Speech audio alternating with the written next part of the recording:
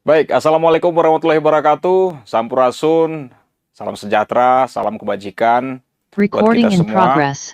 yang sudah hadir pada ruang Zoom meeting pada program eh, ngulik, yaitu ngumpul diskusi teknologi informasi dan komunikasi data dan statistik. Saya Daniel Damanik yang akan menemani Bapak Ibu semuanya yang sudah hadir di ruang Zoom meeting ini untuk ngulik nih terkait dengan eh, tentang pelindungan data pribadi ya. Ini sudah hadir juga beberapa sudah ada narasumber yang akan berbagi materi terkait dengan apa-apa saja yang tentang implementasi Undang-Undang Pelindungan Data Pribadi dalam tata kelola sistem elektronik. Nah, seperti itu.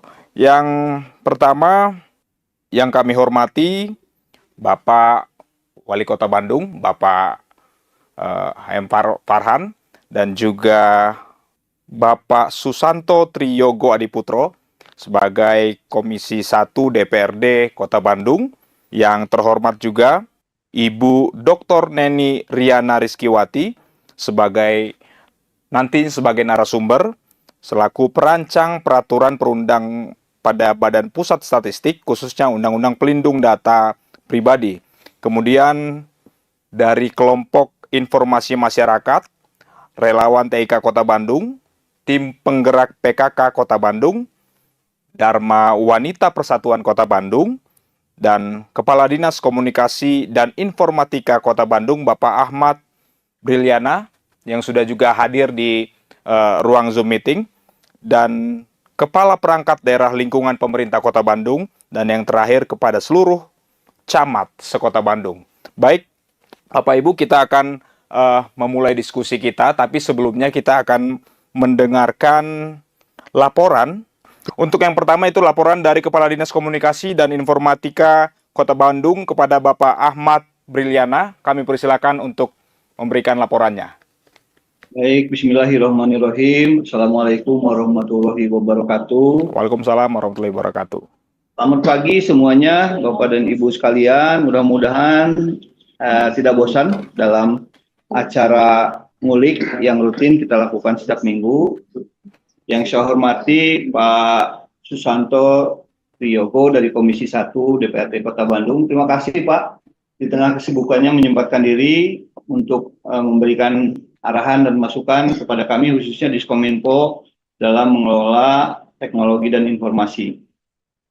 Kemudian yang saya hormati Dr.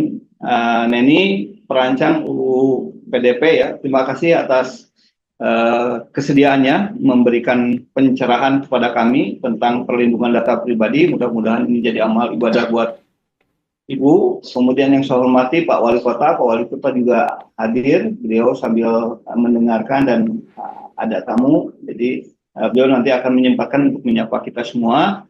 Para peserta yang saya hormati, cintai saya banggakan, pertama-tama marilah kita panjatkan puji dan syukur kehadirat Allah Subhanahu wa Ta'ala. Hari ini kita bisa sama-sama menimba ilmu dalam rangka meningkatkan kapasitas kita sebagai ASN dan juga masyarakat.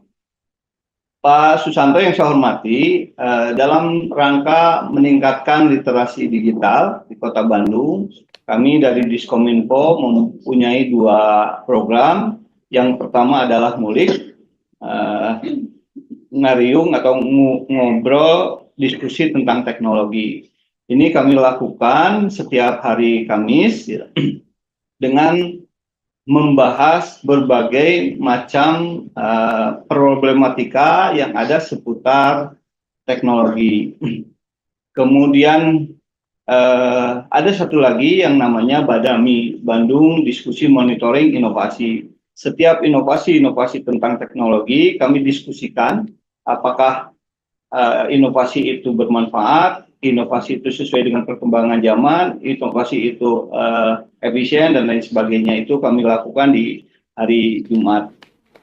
Pengambilan tema dari diskusi atau ngulik ini biasanya dari problematika yang ada di sekitar kita. Seperti hari ini kita mengambil tema tentang UU PDP karena ada berbagai macam kekhawatiran kita terhadap permintaan-permintaan data yang dilakukan oleh sesama pemerintah ataupun non-pemerintah. Jangan-jangan data tersebut terjadi kebocoran dan nanti mungkin siapa yang akan disalahkan, siapa yang akan dipertanggungjawabkan. Ini banyak pertanyaan seperti itu, oleh karena itu saya mengundang pakarnya yaitu Dr. Neni yang akan memberikan pencerahan kepada kita semua. Perlu saya sampaikan juga ke Pak Susanto, Pak Wali yang saya hormati bahwa pengguna internet di Kota Bandung dari tahun ke tahun itu cukup berkembang, Pak. Tahun kemarin masih di angka 82% dari penduduk Kota Bandung, tahun sekarang sudah di angka 85%. Ini data ini saya ambil dari API. Menyikapi data ini, Pak Susanto dan Bapak Ibu sekalian, saya dari Diskominfo dan teman-teman, sini ada Pak Sekdis, ada Bu Ira dan lain sebagainya, berusaha mengimbangi perkembangan teknologi dan penggunaan teknologi yang ada di masyarakat.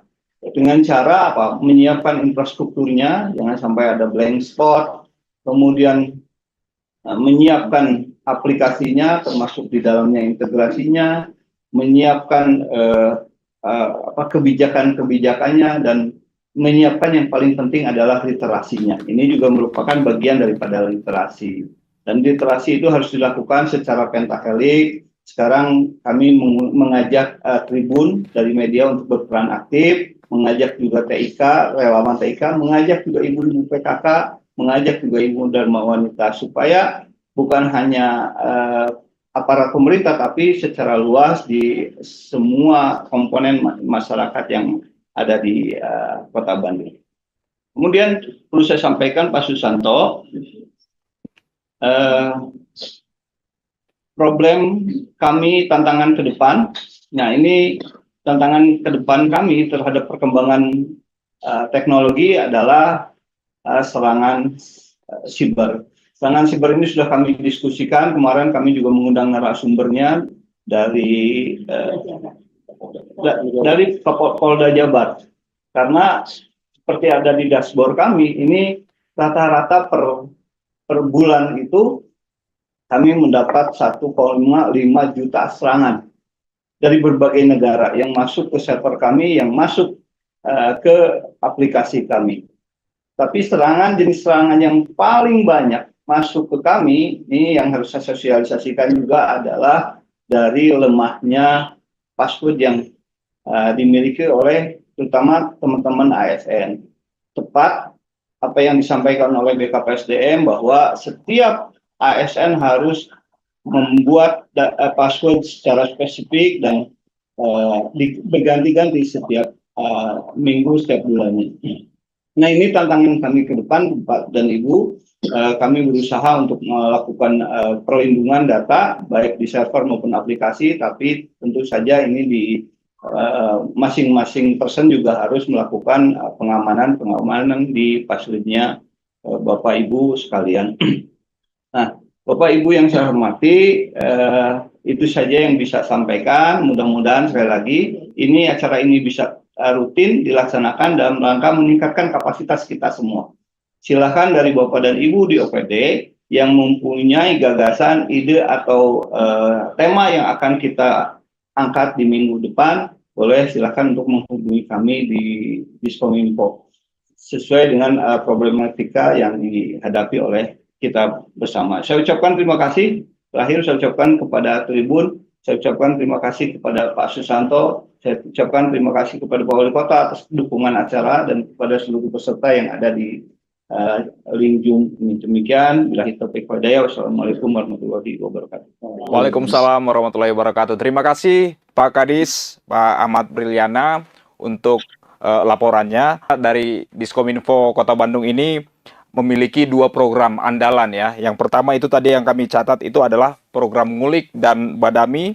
Kalau Ngulik itu setiap Kamis tentang membahas tentang problem dari teknologi yang ada di Kota Bandung ini, dan kemudian Badami tentang inovasi teknologi yang ada di Kota Bandung, pengembangan teknologi. Dan tadi Pak Kadis juga sempat menanyakan tentang dari Ngulik ini kita akan tahu siapa yang harus bertanggung jawab jika ada penyalahgunaan data pribadi yang sedang berjalan. Dan cukup besar juga pertumbuhan dari pengguna internet di Kota Bandung dalam 1 tahun. Di tahun 2024 di 82% dan di tahun 2025 itu bertumbuh menjadi 85%. Dan tantangan kedepannya adalah serangan cyber, ya Pak Kadis tadi yang disampaikan, banyaknya dari ASN yang password-password yang disiapkan itu masih lemah. Jadi saran dari Pak Kadis tadi kepada Bapak Ibu ASN untuk secara rutin, secara berkala untuk mengubah passwordnya. Baik, selanjutnya kita juga akan mendengarkan sambutan dari Bapak Susanto Triyogo Adiputro selaku anggota Komisi 1 DPRD Kota Bandung. Kami persilakan Pak Susanto. Ya, terima kasih MC. Bismillahirrahmanirrahim. Assalamualaikum warahmatullahi wabarakatuh. Waalaikumsalam warahmatullahi wabarakatuh.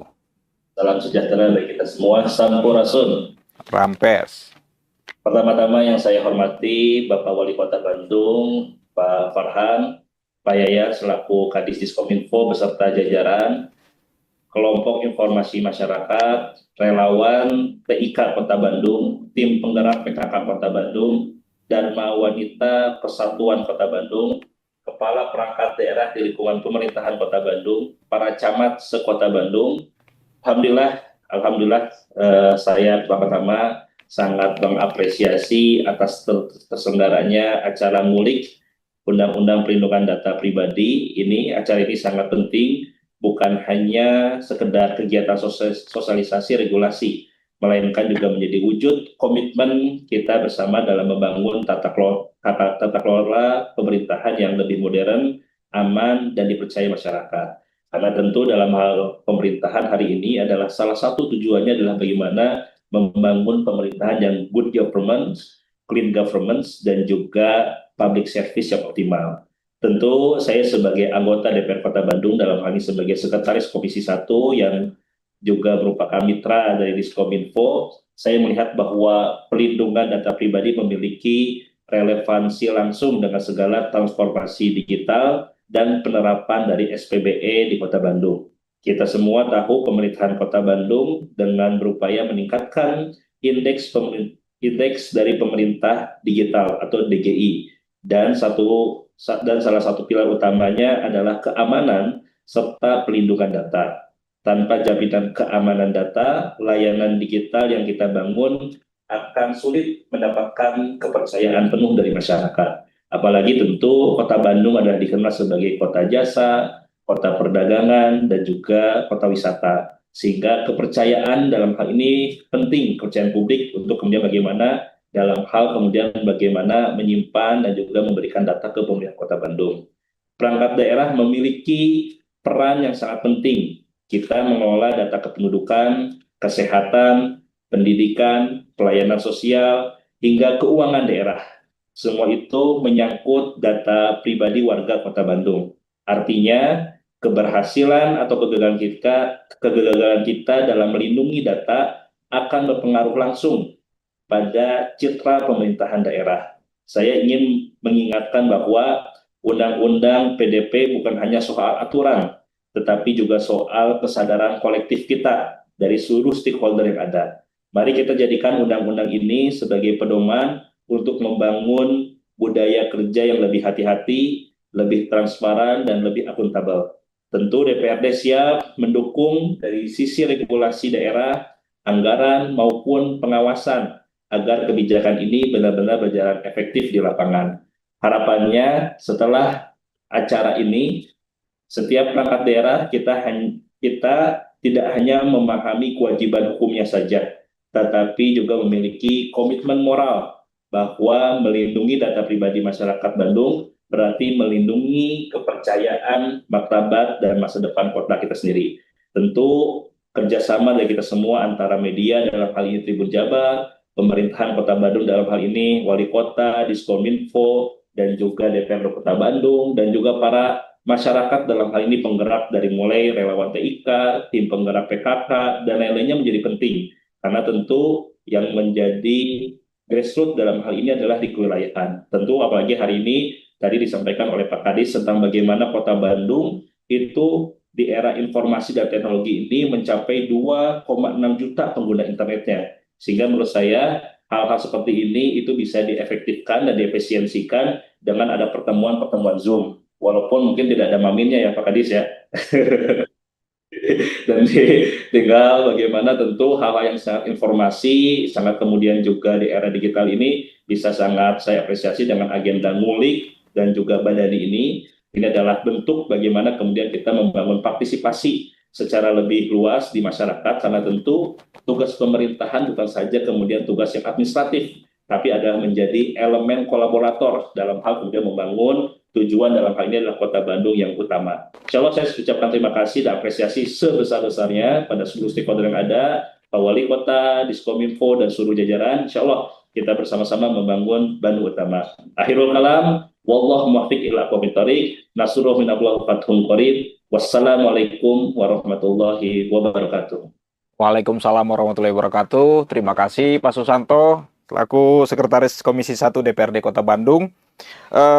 Tadi yang disampaikan ya, banyak setiap perangkat daerah ini poinnya adalah setiap perangkat daerah yang bisa melindungi data itu sama dengan melindungi kepercayaan masyarakat, khususnya di Kota Bandung ini. Baik, Bapak Ibu, kita akan melanjutkan ke sesi berikutnya, yaitu sambutan dan juga sekaligus pembukaan dari Wali Kota Bandung yang terhormat Bapak HM Farhan. Kami persilakan untuk Pak Wali. Oke.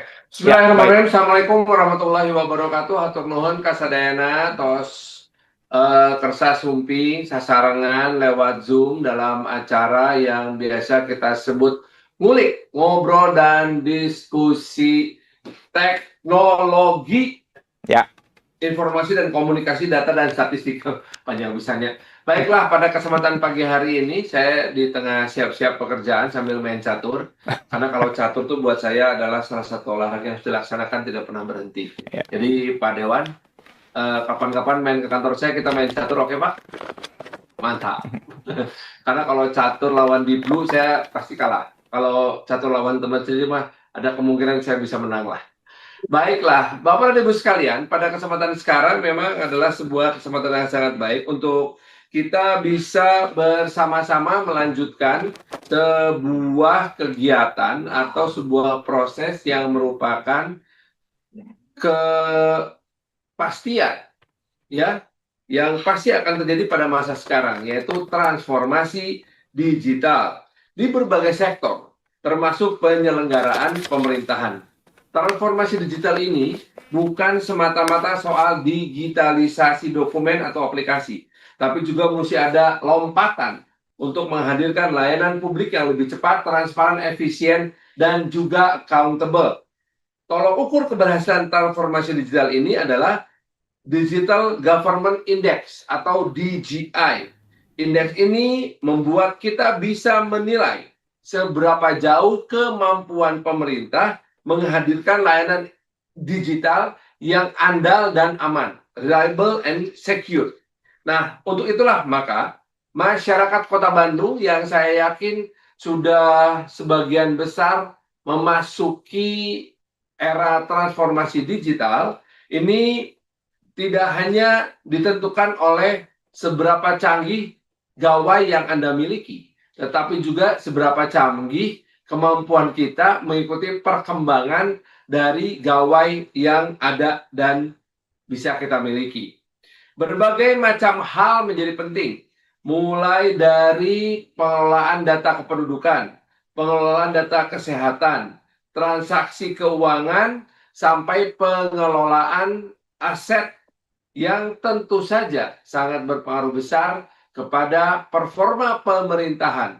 Dalam hal ini, kita memang harus memperhatikan satu hal, yaitu bahan baku layanan digital, yaitu data. Data harus aman, tidak boleh bocor. Apalagi kita sudah punya Undang-Undang Perlindungan Data Pribadi yang jelas-jelas mengatakan bahwa data atau data pribadi ini adalah milik pribadi warga negara Indonesia yang bisa dikuasakan, sehingga ada pihak yang disebut sebagai penguasa data. Nah, pihak yang mendapatkan kuasa data ini atau penguasa data ini selanjutnya akan menjadi penyimpan data dan kemudian pengolah data. Proses penguasaan, penyimpanan, pengolahan, dan terakhir pemanfaatan data memang harus mengalami atau menjalani proses yang sesuai dengan Undang-Undang Perlindungan Data Pribadi yang sangat memperhatikan hak asasi pribadi masing-masing warga negara Indonesia yang menjadi pemilik data pribadi tersebut. Tentunya hal ini harus sesuai dengan berbagai macam prinsip-prinsip tata kelola data pribadi. Sebagai penyelenggara dari data informatika, khususnya event ini atau forum ngulik ini, tentu saja kita harapkan akan terjadi diskusi dan juga kritisi serta masukan agar kami di pemerintahan Kota Bandung ini tahu betul apakah pekerjaan yang kami lakukan dalam pelayanan masalah sistem elektronik ini dapat diterima dan dirasakan langsung oleh masyarakat.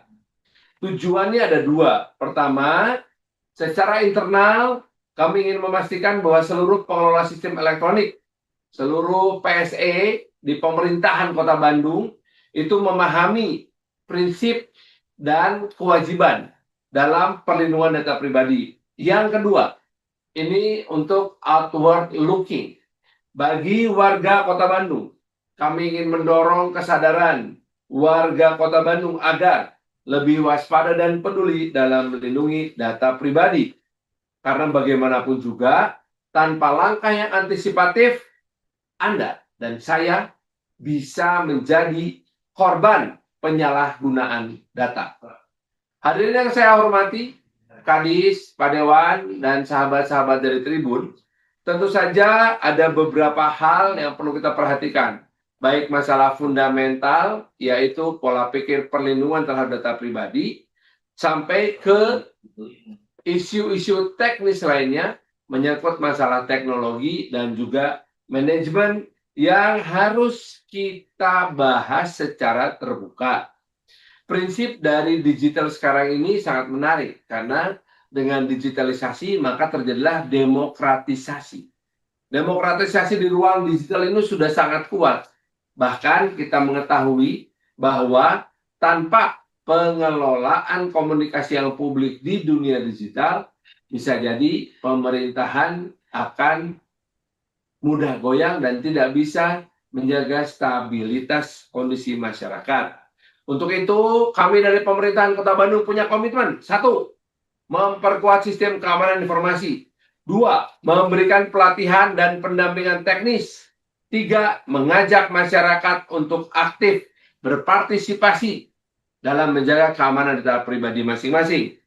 Mari kita tegaskan bahwa pemerintah Kota Bandung tidak pernah bekerja sendiri. Pemerintah Kota Bandung selalu membutuhkan sahabat-sahabat untuk berkolaborasi. Tidak ada tempat untuk kompetisi. Pemerintah, akademisi, praktisi, sampai dunia usaha, semuanya harus bisa berkolaborasi. Dan harapannya adalah bahwa forum ngulik hari ini akan menjadi momentum untuk memperkuat pemahaman kita semua tentang pentingnya perlindungan data pribadi, sekaligus mengukuhkan kolaborasi antara pemerintah dan seluruh pemangku kepentingan. Dengan demikian, Kota Bandung dapat terus melangkah sebagai kota yang unggul dalam layanan digital, aman dalam tata kelola data, dan accountable dalam setiap proses pemerintahan. Demikianlah yang ingin saya sampaikan. Terima kasih atas perhatiannya. Selamat berdiskusi. Wabillahi taufiq wa hidayah. Wassalamualaikum warahmatullahi wabarakatuh. Waalaikumsalam warahmatullahi wabarakatuh. Terima kasih. Waalaikumsalam warahmatullahi wabarakatuh. Baik, terima kasih Pak Wali Kota. Selamat melaksanakan tugas-tugasnya kembali, Pak. Ya, terima kasih. Jadi, buat saya lanjutkan langkah catur saya dulu. Baik, Pak. Semoga menang, Pak. Dalam proses percaturannya, Pak. Baik, itu tadi yang disampaikan oleh Bapak Wali Kota Bandung, Bapak Farhan, terkait dengan Kota Bandung itu harus berkolaborasi.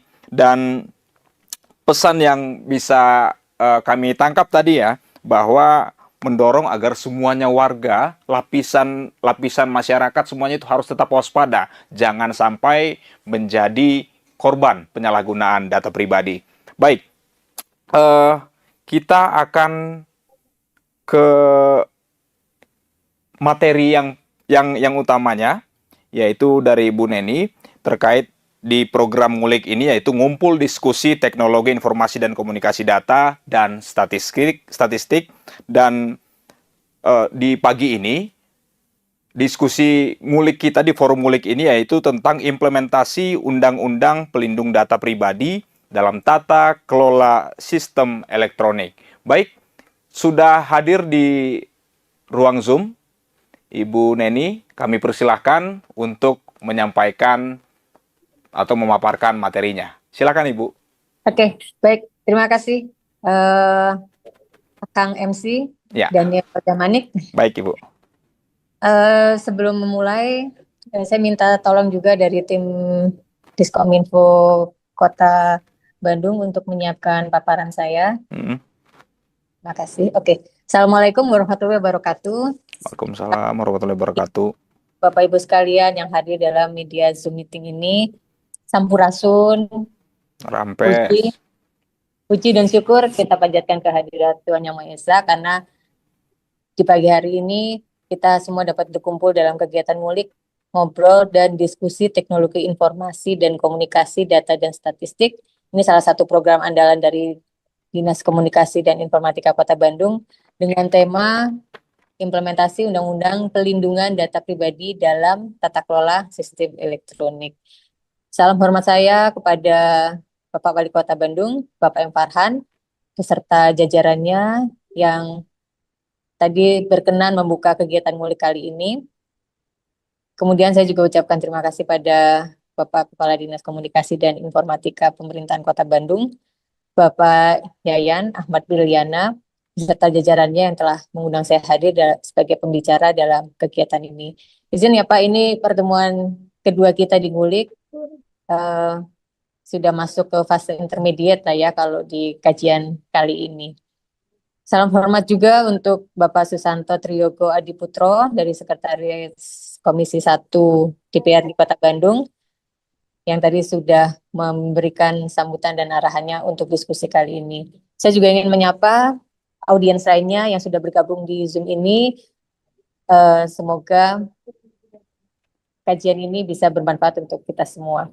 Saya Neni Riana Rizkiwati, perancang peraturan perundang-undangan ahli media di Politeknik Statistika STIS Badan Pusat Statistik, izin memandu kajian ngulik hari ini. Bisa langsung ke slide berikutnya.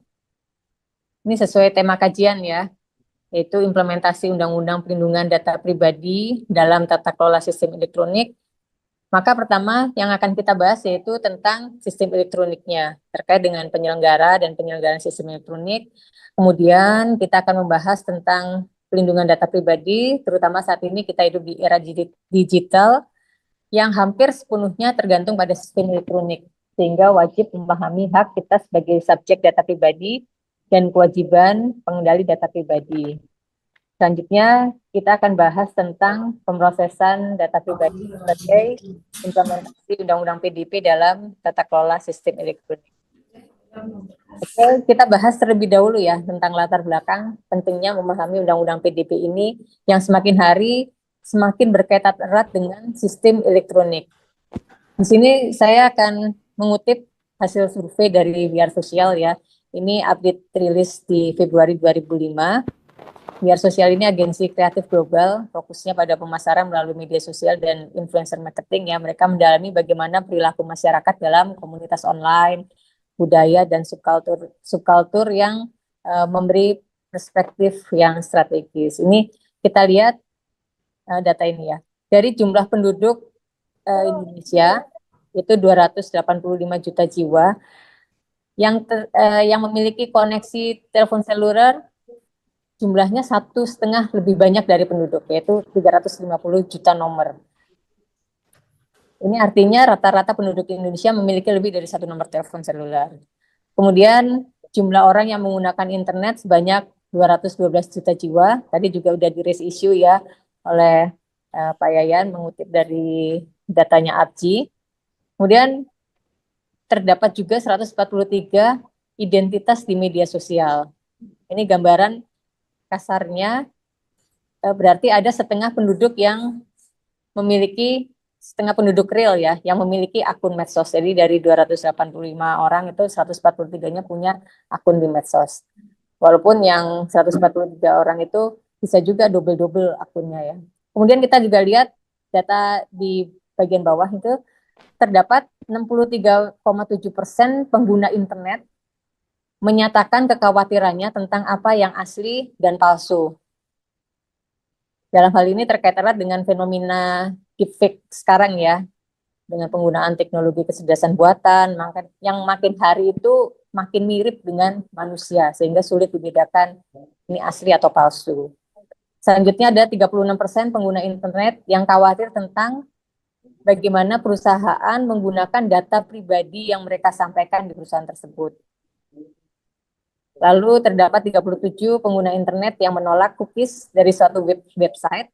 Ini cookies bukan camilan ya, tapi semacam berkas kecil yang menandakan Anda pernah menjelajah di suatu website. Jadi seseorang yang menolak cookies artinya dia aman ya, tidak akan ada pelacakan data di website tersebut.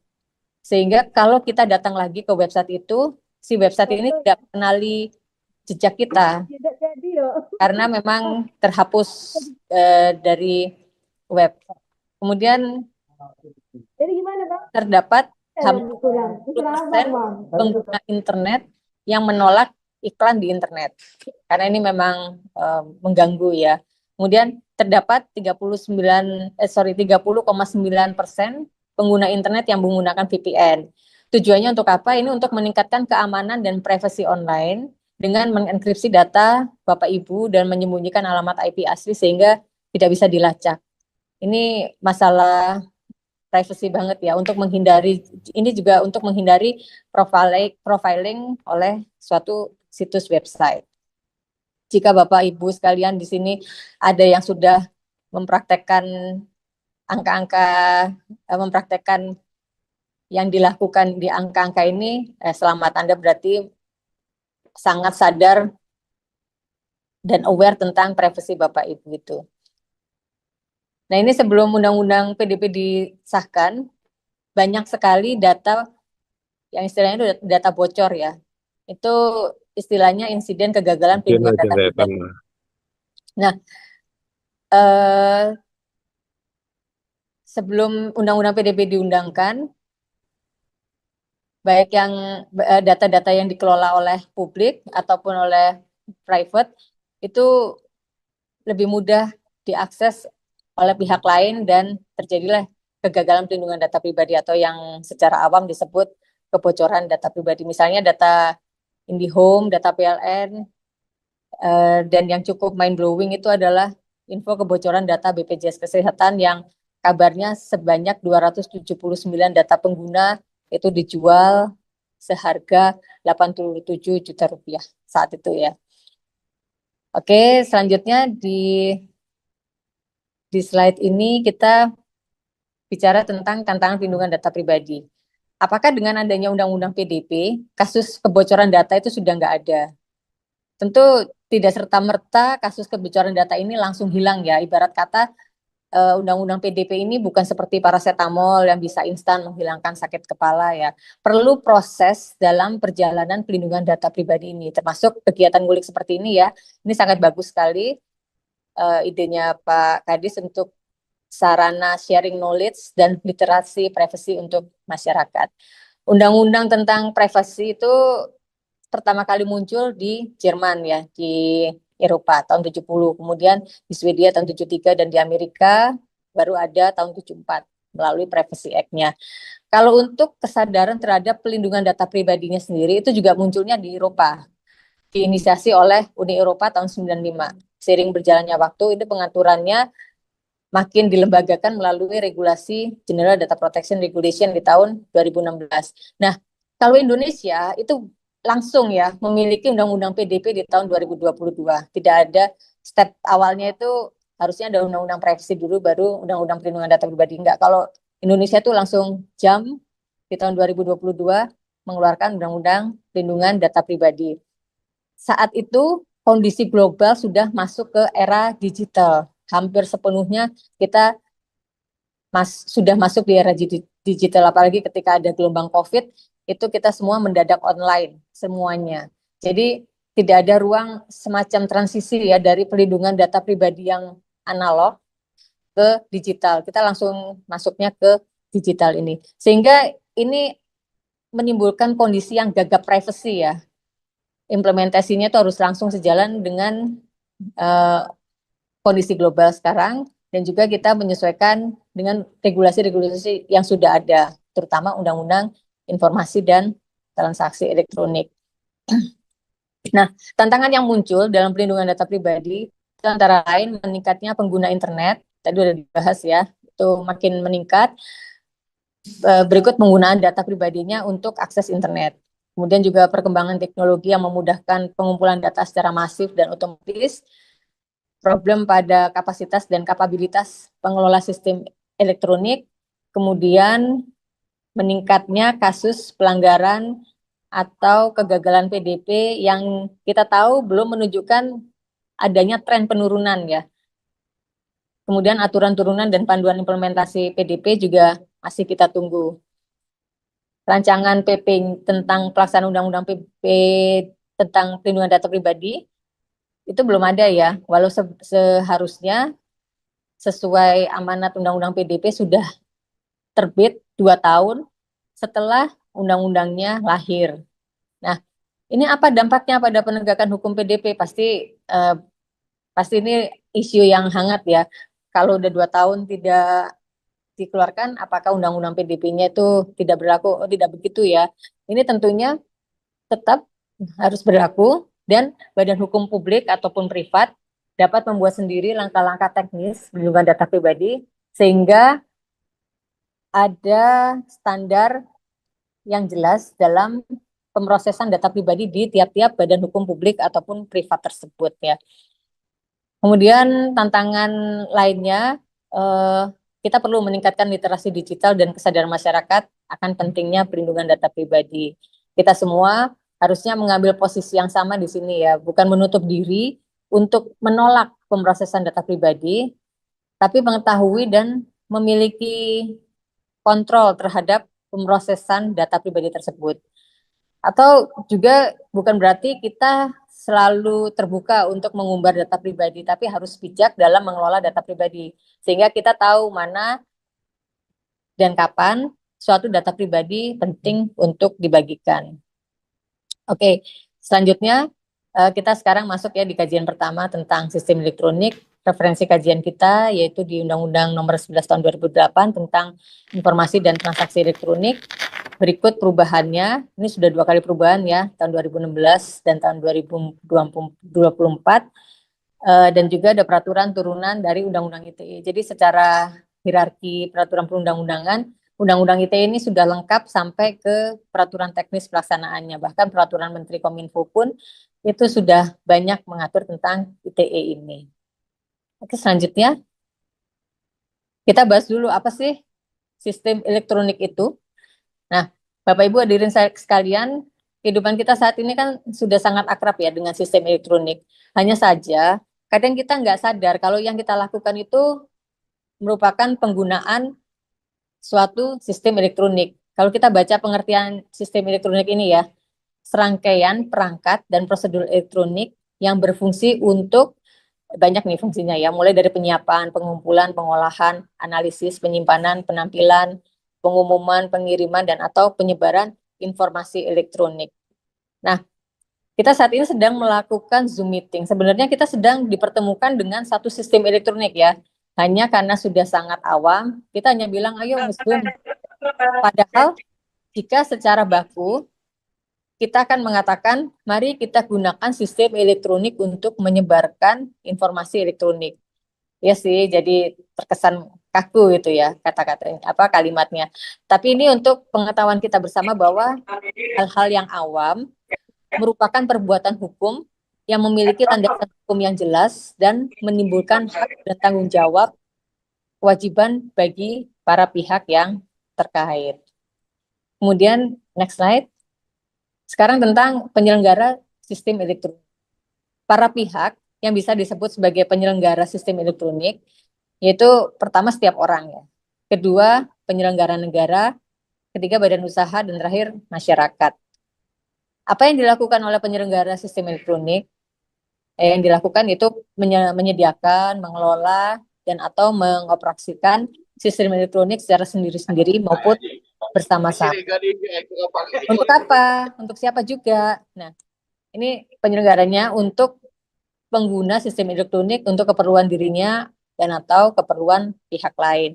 Dari pengertian ini jelas ya, ada penyelenggara sistem elektronik di lingkup publik, yaitu instansi penyelenggara negara atau instansi yang ditunjuk oleh instansi penyelenggara negara, subkon gitulah ya istilahnya. Dan ada penyelenggara sistem elektronik di lingkup privat, yaitu orang, badan usaha, dan masyarakat. Dan selanjutnya, bagi para penyelenggara sistem elektronik ini dibebankan kewajiban untuk melaksanakan syarat minimal pengoperasian sistem elektronik. Yaitu yang pertama, dapat menampilkan kembali informasi elektronik dan atau dokumen elektronik secara utuh sesuai dengan masa retensi. Kemudian dapat melindungi ketersediaan, keutuhan, keautentikan, kerahasiaan, dan keteraksesan informasi elektronik. Ketiga, dapat beroperasi sesuai prosedur atau petunjuk dalam penyelenggaraan sistem elektronik. Kemudian dilengkapi prosedur atau petunjuk yang diumumkan dengan bahasa informasi atau simbol yang dapat dipahami. Dan terakhir, memiliki mekanisme yang berkelanjutan untuk menjaga kebaruan, kejelasan, dan kebertanggungjawaban prosedur atau petunjuk.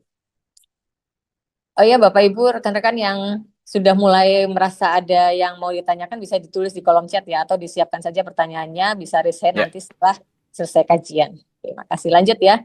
Baik. Kita masuk ke kajian tentang perlindungan data pribadi. Ini ya, kita merujuk ke Undang-Undang Nomor 27 Tahun 2022 tentang perlindungan data pribadi. Perlindungan data pribadi ini secara harafiah ya perlindungan data pribadi, melindungi data pribadi kita, bukan istilah teknis yang sulit dipahami ya kan. Secara hukum, definisinya perlindungan data pribadi, ini upaya yang menyeluruh untuk melindungi data pribadi di setiap tahapan pemrosesan data pribadi. Tujuannya untuk menjamin hak konstitusional subjek data pribadi itu. Jadi kalau dulu itu ya Bapak Ibu, rekan-rekan sekalian, hanya taunya itu ada hak hidup, hak atas kebebasan berekspresi, hak atas penghidupan yang layak. Maka sejak tahun 2022 dengan diundangkannya Undang-Undang Perlindungan Data Pribadi itu, Indonesia mengakui ada hak konstitusional baru, yaitu hak atas pelindungan data pribadi. Punten ya, reminder tentang penggunaan kata pelindungan dan pelindungan ini. Pasti Bapak Ibu, rekan-rekan sekalian lebih familiar dengan kata perlindungan. Oh, ya wajar aja sih, selama ini yang lebih ngetop itu memang penggunaan kata perlindungan ya. Bahkan di undang-undang pun, dan ada juga undang-undang yang judulnya menggunakan kata perlindungan. Ya, undang-undang PDP ini sedang susah payah membangun mindset baru, pemikiran baru tentang beda kata perlindungan dan pelindungan. Jadi kalau kita cek di Kamus Besar Bahasa Indonesia, kata perlindungan dan pelindungan ini sama-sama merupakan noun ya, kata benda, dan sama-sama memiliki kata dasar lindung. Lindung sendiri tidak pernah diartikan secara mandiri dalam Kamus Besar tersebut. Nah, arti kata lindung ini tergantung dari prefiks atau awalan akhiran yang menyertai. Perlindungan diartikan sebagai tempat berlindung, sedangkan pelindungan diartikan sebagai proses, cara, dan perbuatan melindungi. Jadi beda huruf R itu pengaruhnya beda banget di arti kata itu. Jadi mulai sekarang mohon dibentuk ya mindset berbahasa Indonesia yang benar. Kalau memang ingin bicara tentang tempat berlindung, maka memang kata yang tepat adalah perlindungan. Ya. Sedangkan dalam konteks data pribadi ini, karena kita akan membahas tentang proses, tahapan, cara-cara untuk melindungi data pribadi, sehingga dalam konteks bahasa Indonesia yang benar, kita menggunakan kata pelindungan. Oke, next. Selanjutnya tentang jenis data pribadi. Nah, ini saya tampilkan pembanding ya, pengertian data pribadi dari undang-undang lainnya. Ini kenapa sih harus ada pembanding pentingnya apa nih ya. Nah, ini saya hanya ingin menunjukkan bahwa beda definisi akan membawa perbedaan fokus kajian dan implikasi hukumnya. Undang-undang yang saya bandingkan di sini adalah di kiri itu Undang-Undang Administrasi Kependudukan. Di sini dikatakan definisi data pribadi yaitu data perseorangan tertentu yang disimpan, dirawat, dan dijaga kebenaran serta dilindungi kerahasiaannya. Sedangkan di Undang-Undang Perlindungan Data Pribadi itu diartikan sebagai data tentang orang perseorangan yang teridentifikasi atau dapat diidentifikasi secara sendiri atau dikombinasi dengan informasi lainnya baik secara langsung maupun tidak langsung melalui sistem elektronik ataupun non elektronik. Pasti ini Bapak Ibu rekan-rekan ada yang bertanya-tanya. Bagus mana definisinya data pribadi versi Undang-Undang Adminduk atau Undang-Undang Perlindungan Data Pribadi? Kalau dari sudut pandang ada kata dijaga kerahasiaannya, maka Undang-Undang Adminduk ini nampaknya juara ya, karena di pengertian data pribadi versi Undang-Undang PDP tidak ada klausul tentang kewajiban menjaga kerahasiaan di definisi ya. Kemudian jadi salah dong definisi data pribadi di Undang-Undang PDP. Ya tunggu dulu sebentar.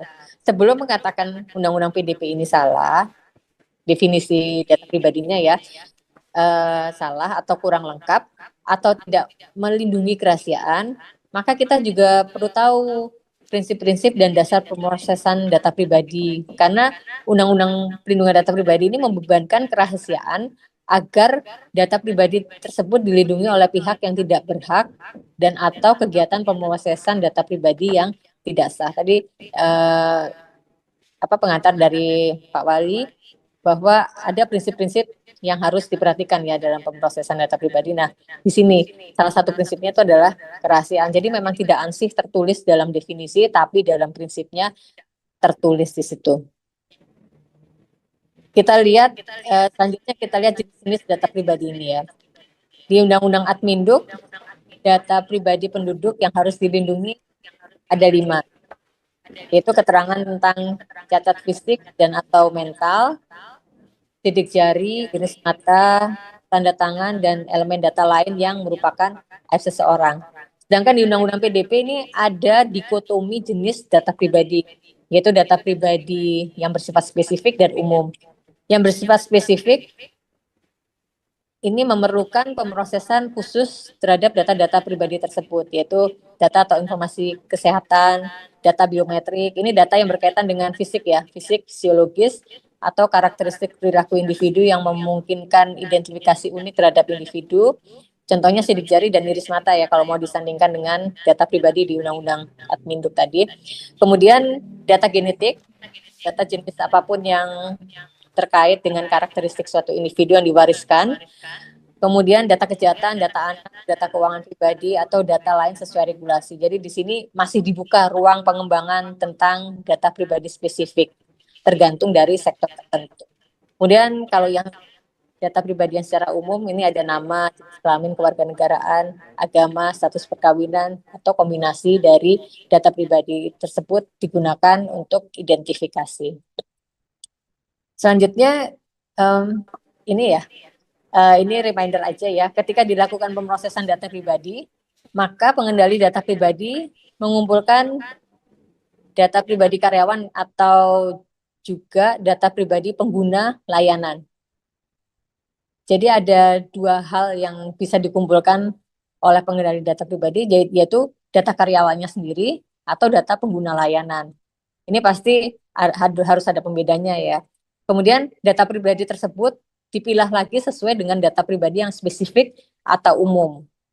Tentunya penyelenggara sistem elektronik perlu membuat manual ya atau tata kelola yang jelas untuk pengelolaan data pribadi karyawan dan pengguna layanan baik yang bersifat spesifik maupun umum tersebut. Oke, kita lanjut ke hak subjek data. Ini ya, subjek data pribadi ini kita semua ya, orang perseorangan yang pada diri kita melekat data pribadi. Jadi setiap orang pasti punya data pribadi. Tadi udah dijelaskan jenis-jenisnya ya, mulai dari yang umum seperti nama, jenis kelamin, sampai yang spesifik berupa sidik jari dan iris mata. Semua itu melekat di diri kita. Apapun yang terjadi, data pribadi kita selaku subjek data pribadi tidak dapat berpindah ke orang lain. Terhadap data pribadi itu, kita semua punya hak. Hak ini sekarang diakui dan diatur di Undang-Undang PDP. Kita lihat satu persatu ya. Ini yang pertama, ada hak atas informasi dari pihak-pihak yang meminta data pribadi kita terkait kejelasan identitas si peminta data, dasar kepentingan hukum, kemudian tujuan pengumpulannya untuk apa, dan bagaimana akuntabilitas si peminta data itu. Misalnya nih, Bapak Ibu atau rekan-rekan sekalian masuk ke suatu website dan harus sign up atau mendaftar untuk menerima layanan di website tersebut. Kemudian webnya minta banyak sekali data pribadi, sampai misalnya minta data nama ibu kandung. Nah, ini Bapak Ibu harus berpikir kritis ya. Website ini terkait layanan keuangan atau tidak. Jika tidak, nah untuk apa? Ditanya nama ibu kandung. Jadi kita sendiri nih yang juga harus aware dan bisa berpikir logis dan kritis ya dengan permintaan data pribadi seperti itu. Saran saya sih kalau nggak perlu-perlu banget, nggak usah terlalu banyak sign up di website yang harus isi data pribadi seperti itu. Kemudian hak lainnya, ada hak untuk melengkapi, memperbarui, atau memperbaiki kesalahan, kemudian hak akses, selanjutnya ada hak untuk mengakhiri pemrosesan, kemudian yang menarik lagi nih, ada hak portabilitas data. Ini merupakan hak subjek data untuk menggunakan data pribadi yang sudah diberikan ke satu pengendali data ke pengendali data lainnya. Bapak Ibu pasti sudah sering mempraktekkan ya, tapi mungkin nggak paham kalau, oh ini loh proses portabilitas data. Jadi contohnya itu kalau Bapak Ibu sudah sign up di suatu web yang terkoneksi dengan misalnya Google atau Facebook gitu ya. Maka muncul pertanyaan berupa tawaran apakah sign up with Google or Facebook gitu ya. Jika kita setuju oke, maka secara otomatis kita sudah terdaftar di website tersebut tanpa perlu ngisi data pribadi lagi apapun gitu ya. Tapi jika kita memilih no, tidak setuju, maka ya kita harus isi manual form pendaftaran yang disediakan oleh website tersebut. Kebayang ya implementasi dari hak portabilitas data ini. Oke, setelah kita bicara hak subjek data pribadi, bisa next. Kita akan membahas tentang kewajiban pengendali data pribadi. Di Undang-Undang PDP ini ya ada 76 pasal. 11 pasal itu mengatur tentang hak subjek data dan ada 35 pasal yang mengatur tentang kewajiban pengendali data dan prosesor data pribadi. Jadi hampir 2/3 undang-undang ini isinya tentang hak dan kewajiban para pihak yang terlibat dalam pemrosesan data pribadi. Sekarang kita lihat kewajiban pengendali data pribadi ini. Bisa dibagi dua ya untuk kewajiban ini, yaitu kewajiban yang berasal dari permintaan subjek data pribadi. Tadi kita tahu ya haknya subjek data ini, maka hak subjek data itu menjadi kewajiban bagi pengendali data.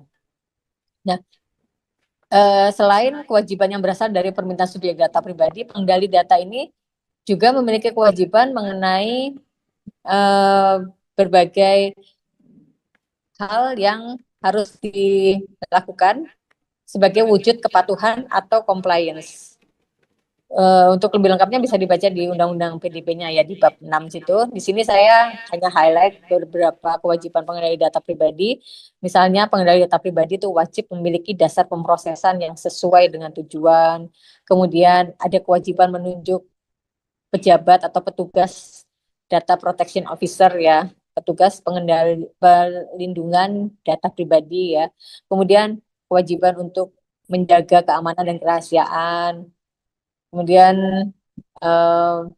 ada kewajiban juga,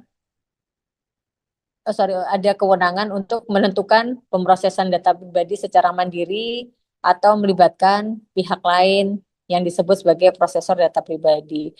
Dalam hal terdapat prosesor data pribadi ini, maka kewajiban prosesor hanya dibatasi pada hal-hal yang diinstruksikan oleh pengendali data pribadi. Oke, selanjutnya. Ini di 2 slide sebelumnya, kita sudah membicarakan tentang hak subjek data dan kewajiban pengendali data pribadi. Kalau kita merujuk ke teori tentang hak asasi manusia ya, maka penerapan hak atas perlindungan data pribadi ini termasuk hak yang bisa dibatasi ya. Istilahnya tuh dirigible right gitu ya. Sehingga dibuka kemungkinan pengecualian dalam pelaksanaannya. Pengecualiannya dalam hal apa? Nah, ini kalau dalam hal kepentingan pertahanan dan keamanan negara, kepentingan proses penegakan hukum, kepentingan umum dalam rangka penyelenggaraan negara, kemudian pengawasan sektor jasa keuangan, itu dikecualikan. Jadi ini hak dan kewajiban ini bisa diabaikan. Khusus untuk hak subjek data pribadi ini terdapat tambahan pengecualian untuk kepentingan statistik dan penelitian ilmiah. Oke, selanjutnya di slide selanjutnya. Nah, ini di slide ini saya ingin memperkenalkan istilah baru ya ke Bapak Ibu sekalian.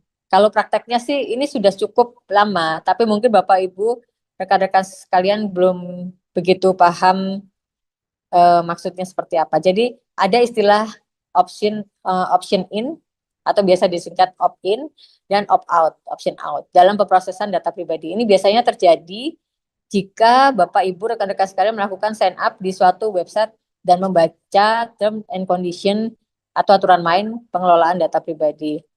Tapi saya yakin sih seringkali Bapak dan Ibu itu skip bagian term and condition ini dan langsung scroll ke bawah, langsung klik agree. Padahal seringkali ada tulisan-tulisan yang mengarahkan persetujuan otomatis dari Bapak dan Ibu. Istilahnya ya ini option in dan option out, opt in opt out ini ya. Opt in ini artinya persetujuan aktif dari subjek data untuk pemrosesan data pribadi. Persetujuan ini diberikan secara eksplisit untuk melanjutkan pemrosesan ya. Dapat berupa konsen atau kita klik tombol subscribe-nya. Sedangkan option out artinya persetujuan pasif dari subjek data. Jadi dia menolak secara aktif ya. Data pribadi dapat diproses secara default, tapi subjek data diberikan pilihan untuk menolak atau menghentikan pemrosesan. Ini tindakannya berupa mengklik unsubscribe dari tindakan unsubscribe dari subjek data itu. Oke, lanjut. Nah, setelah kita tadi paham dengan penjelasan option in dan option out, kita lihat di Undang-Undang PDP ini ya, menganut mazhab yang mana nih. Ternyata kalau kita lihat di Undang-Undang PDP, ada tuh dua-duanya option in dan option out ini. Mekanisme ini diterapkan bersamaan di Undang-Undang PDP untuk melindungi hak subjek data pribadi dari pemrosesan yang berlebihan ya. Kita lihat nih di pasal 20 ayat 2 huruf A nih. Disebutkan bahwa persetujuan harus secara sah, eksplisit untuk tujuan tertentu yang telah disampaikan oleh pengendali data kepada subjek data. Nah, ini merupakan option in. Di masa mendatang jika subjek data berkehendak menghentikan pemrosesan, ada exit gate-nya di pasal 9 yang menyatakan bahwa subjek data pribadi dapat atau berhak ya menarik kembali persetujuan pemrosesan data pribadi tentang dirinya yang telah diberikan kepada pengendali data pribadi. Exit gate ini yang dikatakan sebagai mekanisme option out atau opt out. Contoh lain di pasal 22 mengatur tentang cara pemberian data pribadi ya. Ini option in ya. Sedangkan mekanisme option out-nya ada di pasal 40. Ini membebankan kewajiban ke pengendali data pribadi untuk memfasilitasi penarikan persetujuan dari subjek data pribadi. Ini kita sebut sebagai paradigma hibrid untuk mekanisme option dan option out sebagai penyeimbang ya, implementasi hak subjek data pribadi dan kewajiban pengendali data pribadi. Oke, lanjut. Ini bagian terakhir dari kajian kita ya tentang pemrosesan data pribadi. Ini dasar rujuk aja sama Undang-Undang PDP dengan fokus pemrosesan melalui sistem elektronik. Jadi semacam integrasi ya antara Undang-Undang ITE tadi di sistem elektronik tadi untuk rujukan penyelenggaraan sistem elektroniknya dan Undang-Undang PDP untuk pelindungan data pribadi yang terdapat dalam sistem elektronik tersebut. Oke, lanjut. Nah, jika kita bicara tentang pemrosesan data pribadi, pasti secara awam yang terbayang itu adalah proses pengolahan datanya aja. Nah, di sini saya juga mengajak Bapak Ibu sekalian untuk merombak sedikit mindset ini ya. Pemrosesan di Undang-Undang PDP itu merupakan rangkaian kegiatan dari hulu ke hilir. Ini dilakukan oleh subjek data pribadi dan pengendali data pribadi terhadap data pribadinya tersebut ya. Ada 6 tahapan dari hulu ke hilir tadi itu ya dalam pemrosesan ini ya. Mulai dari pemerolehan dan pengumpulan, kemudian pengolahan dan penganalisisan, penyimpanan, kemudian perbaikan dan pembaruan, penampilan, pengumuman, transfer, penyebarluasan atau pengungkapan, dan terakhir penghapusan atau pemusnahan. Ada 6 tahap di situ, dan tahapan ini seluruhnya bisa dilakukan oleh satu pengendali data atau satu subjek data, atau dapat parsial saja, misalnya hanya di pengolahannya saja atau di pemusnahan, itu bisa dipilih ya tahapannya. Nggak harus satu rangkaian A sampai F 1 sampai 6 ini terjalani semua. Yang pasti di dalam setiap tahapan ini terdapat hak subjek data pribadi yang tentunya diikuti juga dengan kewajiban pengendali data pribadi. Oke, selanjutnya ini tentang prinsip ya, prinsip pemrosesan data pribadi. Ini kalau prinsip ini teori ya, jadi memang pedoman yang wajib kita ikuti. Ada 8 prinsip di situ ya, mulai dari pengumpulan data pribadi dilakukan secara terbatas dan spesifik, sah secara hukum, dan transparan. Kemudian untuk pemrosesan ini, kalau kita bicara pemrosesan berarti di 6 tahap itu semua harus dilakukan ya. Jadi kalau pemrosesan data pribadi dilakukan sesuai dengan tujuannya, jadi pada tahap mulai dari pemerolehan, kemudian penyimpanan, itu semua harus dilakukan sesuai tujuan. Nah, kita bisa skip aja untuk yang teori ini, karena teori ya pasti tinggal kita baca, kita pahami, dan kita ikuti. Selanjutnya tentang dasar pemrosesan data pribadi. Ini juga masih teori ya, hukumnya wajib diikuti. Belum adanya peraturan pelaksanaan tidak menghapuskan kewajiban para pihak dalam pemrosesan data pribadi untuk skip dasar pemrosesan data pribadi ini.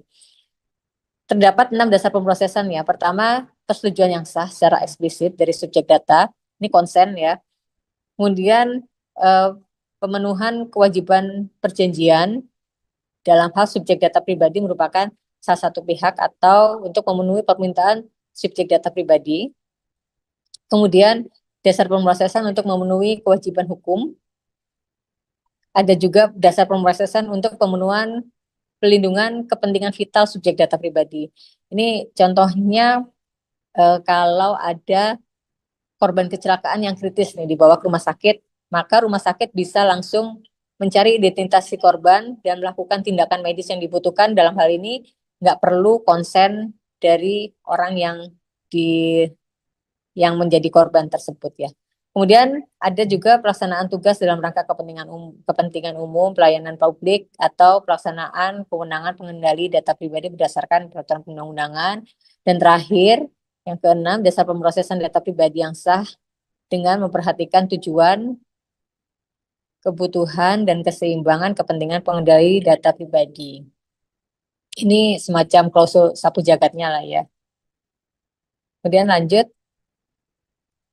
Nah, setelah kita paham tentang pemrosesan, prinsip-prinsip dan dasar pemrosesan data pribadi itu, maka kita lihat bahwa dalam tahapan tersebut, tahapan-tahapan pemrosesan itu terbuka kesempatan yang sangat luas bagi pengendali data pribadi untuk kolaborasi dengan pihak lain ya. Undang-undang PDP ini, Undang-Undang Perlindungan Data Pribadi ini mengakomodir pola kolaborasi tersebut dengan mekanisme perjanjian ya. Para pengendali data ini dapat berkolaborasi dengan menyusun perjanjian yang spesifik. Misalnya nih, pengendali A punya data tentang ketenagakerjaan, sedangkan pengendali B punya data tentang pendidikan. Kalau data pribadinya itu kan sama ya, mulai nama, alamat, agama, itu sama. Tinggal isian tentang data-data yang spesifik aja, kondisi ketenagakerjaannya, kondisi pendidikannya seperti apa. Nah, ini kan untuk data-data itu bisa di matching ya sebenarnya, bisa dikolaborasikan. Ini terkait juga, kita kaitkan juga dengan regulasi tentang satu data Indonesia ya. Bisa juga jadi dasar pembuatan perjanjian ya, sehingga jelas nih ruang lingkup pemrosesan datanya seperti apa. Tujuannya untuk memudahkan dan mempercepat penyediaan data ya. Tadi juga kalau disinggung oleh Pak Wali, ini ada kolaborasi antar penyelenggara sistem elektronik, ini sepertinya relate ya dengan kondisi yang perlu digerakkan lebih cepat untuk Pemkot Bandung.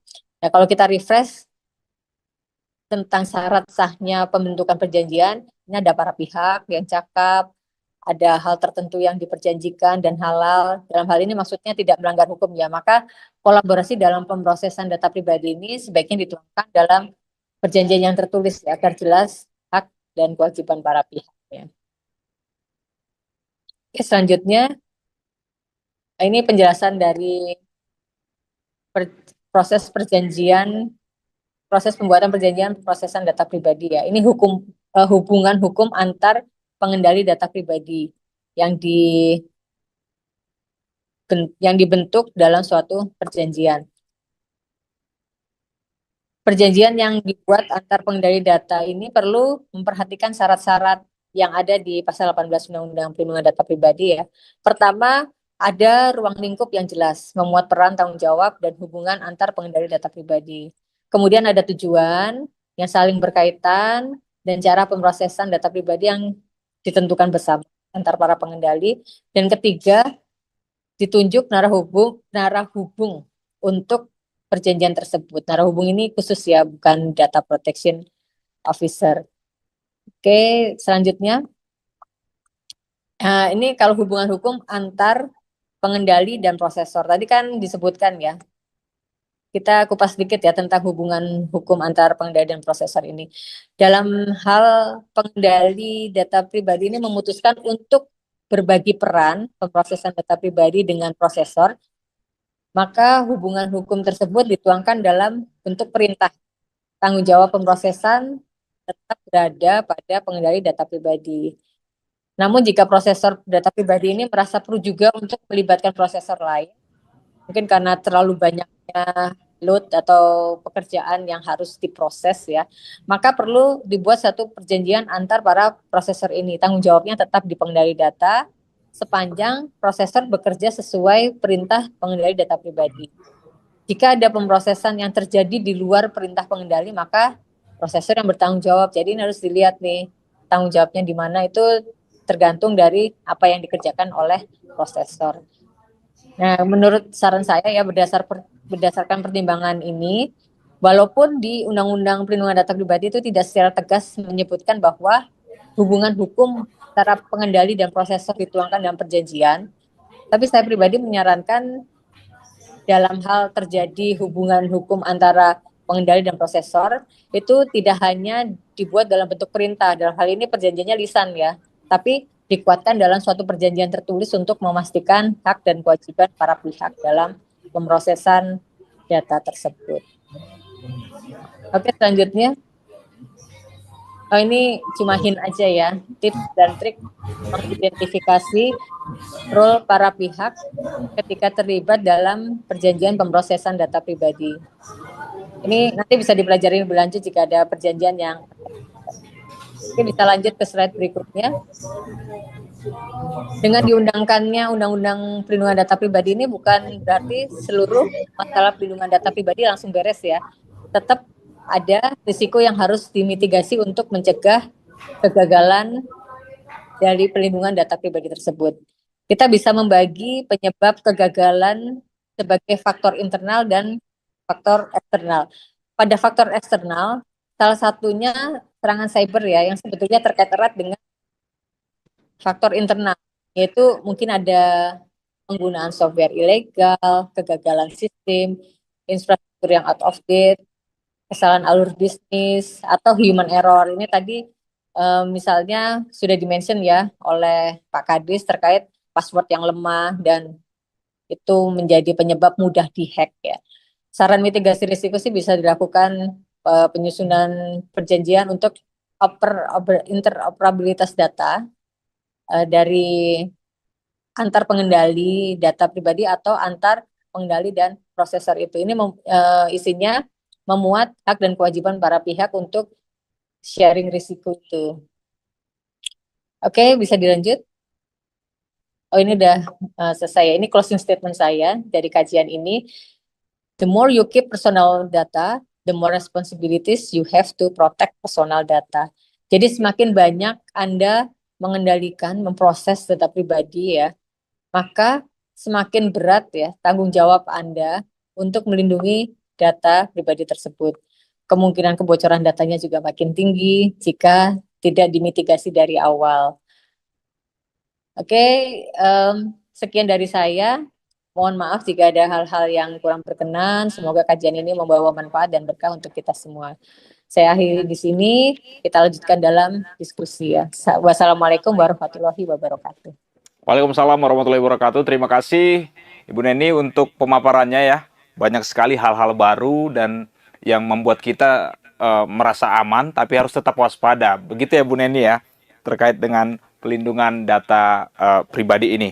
Nah, buat Bapak Ibu hadirin yang ada di ruang Zoom, di kolom obrolan atau kolom chat itu kami sudah membagikan Google Form yang berisi tentang kuis. Nanti bagi 10 orang yang terpilih akan mendapatkan free langganan e-paper Tribun Jabar selama 3 bulan. Nah, baik. Ibu Neni, di kolom chat juga sudah ada beberapa peserta, ada beberapa Bapak Ibu yang hadir, sudah menyampaikan pertanyaan-pertanyaannya. Kita langsung saja ke sesi tanya jawab ya, Bapak Ibu semuanya. Yang pertama kami bacakan yaitu dari Bapak atau Ibu Fitria dari BKPSDM, yaitu mohon dijelaskan kaitan dengan data sharing atau berbagi data antar instansi pemerintah, ketentuan dalam undang-undang seperti apa, Bu? Langsung kita jawab satu persatu saja ya, Bu ya. Ya, baik. Silakan Ibu. Ini pertanyaannya kaitan data sharing atau berbagi pakai data ya antar instansi pemerintah, ketentuannya dalam undang-undang ini seperti apa? Ini kan kita bicara tentang interoperabilitas data ya. Kalau melihat pola pembacaan perundang-undangan, kita kan tidak bisa hanya melihat di satu undang-undang aja. Perlu ada perlu ada pelengkap ya. Di sini kita bisa mengambil juga kelengkapan dari regulasi tentang Satu Data Indonesia. Tadi sempat saya singgung sedikit tentang interoperabilitas data. Jadi data itu bisa saling diinteroperabilitaskan. Terserah ini antar pengendalinya, apakah pengendalinya ini badan hukum publik atau private, antar private atau antar publik-publiknya. Yang jelas, dalam hal terjadi rencana interoperabilitas data itu merujuk ke Undang-Undang PDP ya saat ini. Itu di pasal 18 ini ada kewajiban untuk menyusun perjanjian ya. Perjanjian ya di situ sih tulisannya hanya perjanjian aja ya, apakah itu perjanjian kerjasama, perjanjian pertukaran data, itu monggo disilahkan bagi para instansi pemerintah untuk menyusunnya itu seperti apa, sesuai kebutuhan dari pemerintah, sesuai kebutuhan dari pemerintah yang ada gitu. Jadi kalau misalnya butuhnya untuk pertukaran data ini kan berarti si A punya data sesuatu, si B punya data sesuatu, ini ditukarkan. Tapi kalau ini sharing yang tujuannya untuk matching data, itu berarti kan beda lagi ya, apa yang harus ditulis dalam ruang lingkup di perjanjian tersebut. Demikian Mbak, dari siapa ini ya? Itu dengan Mbak Fitria, Bu. Oh iya, dari Mbak Fitria. BKPSDM. Oke, baik. Semoga sudah menjawab ya. Dan dari beberapa peserta juga Bu memintakan untuk materinya, Bu. Apakah boleh di-sharekan nanti materinya? Nanti kita akan coba sharekan materi yang disampaikan oleh Bu Deni tadi. Nah, sebelum ke penanya kedua, apakah ada Bapak Ibu yang di dalam ruang ini yang mau bertanya secara langsung? Boleh menyalakan audio dan videonya. Ya, baik. Ya, izin boleh bertanya. Baik, Pak. Silakan, Pak. Perkenalkan, nama saya Hairul dari RSKGM Kota Bandung, Bu. Izin ngobrol nih, Bu, terkait dengan Undang-Undang PDP ini ya. Betul, dengan adanya Undang-Undang PDP ini melindungi data pribadi masyarakat. Tapi saya ingin melihat dari perspektif lain gitu, Bu. Nah, justru kalau menurut saya PDP ini memberikan celah bagi para penjahat untuk meraup keuntungan dan bisa menimbulkan masalah baru. Berdasarkan Undang-Undang PDP bab 13 dan 14 tentang sanksi dan ketentuan pidana, pasal 67.2, setiap orang dengan sengaja mengungkapkan data pribadi dipidana penjara paling lama 4 tahun dan atau denda paling banyak 4 miliar rupiah. Nah, saya ingin memberikan analogi melalui contoh kasus fiktif ya Bu. Tapi bisa saja ini terjadi di kemudian hari, sehingga kita bisa memitigasinya. Karena saya bekerja di rumah sakit, maka contoh yang ingin saya ambil adalah jika ada pasien yang merekayasa dan membocorkan data pribadi dirinya, tetapi seolah data itu dibocorkan oleh salah satu petugas di rumah sakit dengan cara menggunakan bantuan AI, Bu. Nah, contoh dia misalkan buat video atau suara yang dirubah menjadi suara petugas atau direksi rumah sakit yang ditargetkan lalu disebarkan ke media sosial menggunakan akun palsu. Akunnya ini adalah akun petugas atau bisa saja dia menghack akun petugas di rumah sakit. Dia membocorkan data dirinya tetapi melalui padahal dia sendiri yang membocorkannya gitu, Bu. Dengan alasan dendam atau hanya untuk sekedar mencari uang dengan seolah-olah dia menjadi korban. Kemudian menuntut ke rumah sakit. Nah, sehingga viral dan merugikan pihak rumah sakit. Nah, pertanyaannya satu, bagaimana undang-undang ini melindungi petugas atau instansi pengelola data pribadi jika terjadi kasus tersebut? Kedua, bagaimana penanganan yang dilakukan oleh instansi jika hal tersebut sudah terjadi? Nah, itu mungkin, Bu. Oke, baik. Terima kasih Pak Hairul ya dari rumah sakit tadi ya, terkait dengan bagaimana undang-undang ini bisa melindungi. Ini sepertinya sudah pernah terjadi, Pak ya? Kita anggap fiktif saja dulu, Pak. Oke, baik. Silakan Gitu. Bu Neni untuk merespon pertanyaan dari Pak Hairul. Silakan, Bu. Ya, terima kasih Pak Hairul. Ini walaupun fiktif ya, kayaknya jadi malah ngide ya kalau Ya. misalnya Iya. yang ingin melakukan hal tersebut. Nah, kalau kita lihat dulu nih kejadian peristiwa hukumnya itu seperti apa. Misalnya nih ada seseorang yang melakukan kejahatan ini, dia belum ketahuan ya pertamanya. Dia ketahuan bahwa dia yang melakukan kejahatan. Jadi dia menuduh orang lain yang melakukan kejahatan itu. Nah, ini kita perlu melihat juga proses penyidikan atau proses cara pembuktiannya nanti ya, pembuktian ya ini istilahnya digital forensik ya, advance lah dari kajian ini, tapi nggak apa-apa kita bahas sedikit aja. Nah, ketika di digital forensik itu pasti kan ketahuan nih IP address-nya itu berapa, di mana, kemudian siapa yang punya otoritas pemegang IP address itu ya.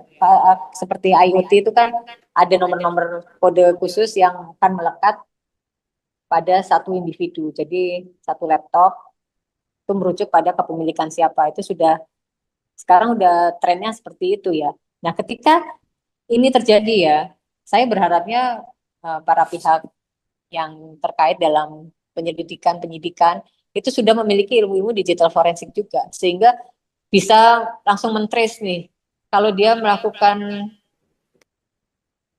pernyataan bahwa dia adalah korban dan bukti-bukti yang lengkap, itu sebenarnya kita juga kenapa dia bisa punya buktinya, dari mana dia punya buktinya kalau dia adalah korban gitu.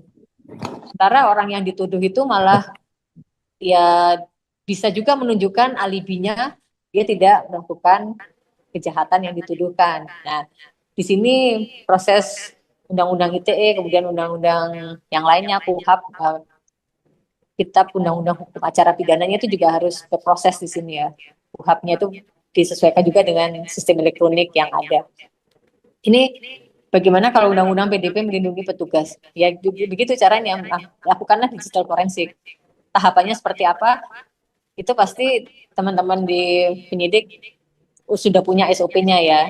Bisa dibaca di perkapnya ya, peraturan Kapolri-nya. Kemudian kalau penanganan dari rumah sakitnya sendiri, nah ini tata kelola internalnya perlu dipertanyakan apabila terjadi ini bisa bisa dikategorikan sebagai insiden cyber ya, karena ada penerobosan terhadap sistem elektronik yang yang dilakukan secara tidak sah sehingga terjadi kerusakan lah, ketidakutuhan lah.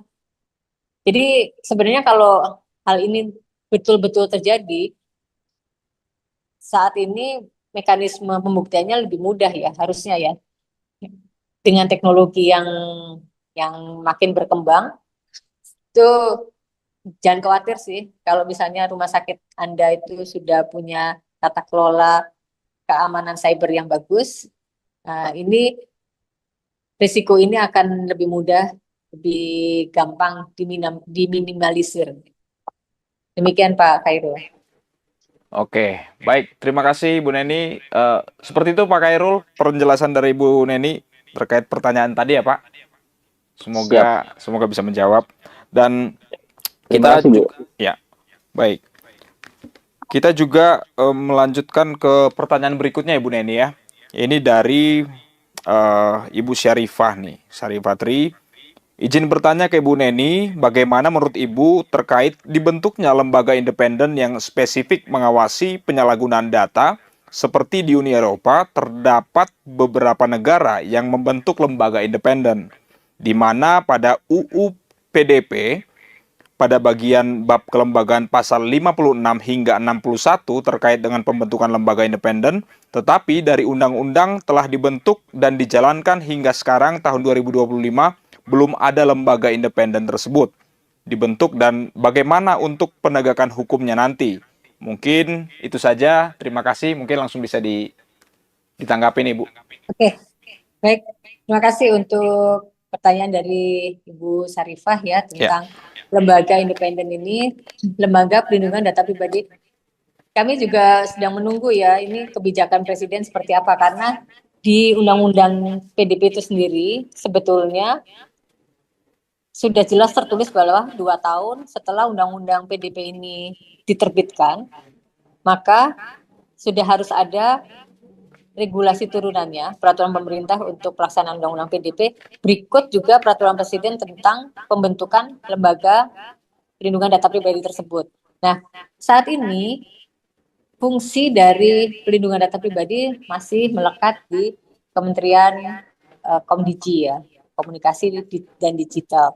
Sehingga tentunya masih banyak hal-hal yang jauh dari ideal.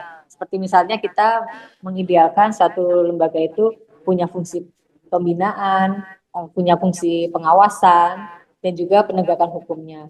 Nah, apakah sekarang ini tidak jalan? Tetap jalan, tapi mungkin tidak optimal ya. Ya kita tunggu aja sih bagaimana nanti kebijakan dari pemerintah terhadap pembentukan lembaga ini. Terima kasih. Oke, baik. Kita lanjut nih Bu, ya. Untuk pertanyaan berikutnya ini cukup banyak nih ya, pertanyaan-pertanyaan terkait dengan pelindungan data ini. Ini dari Rizky, Bu. Perkenalkan, saya Rizky dari Kecamatan Rancasari. Bagaimana membangun dan memelihara sistem keamanan TI yang kuat untuk melindungi data pribadi dari akses ilegal, penyalahgunaan, atau kebocoran, Bu? Terima kasih. Pertanyaannya dari Pak Rizky Yanuar ya. Bagaimana membangun dan memelihara sistem keamanan ini? Tentunya kita punya tiap-tiap inilah entitas badan hukum publik ataupun privat punya standar sendiri ya untuk membentuk atau membangun sistem elektroniknya.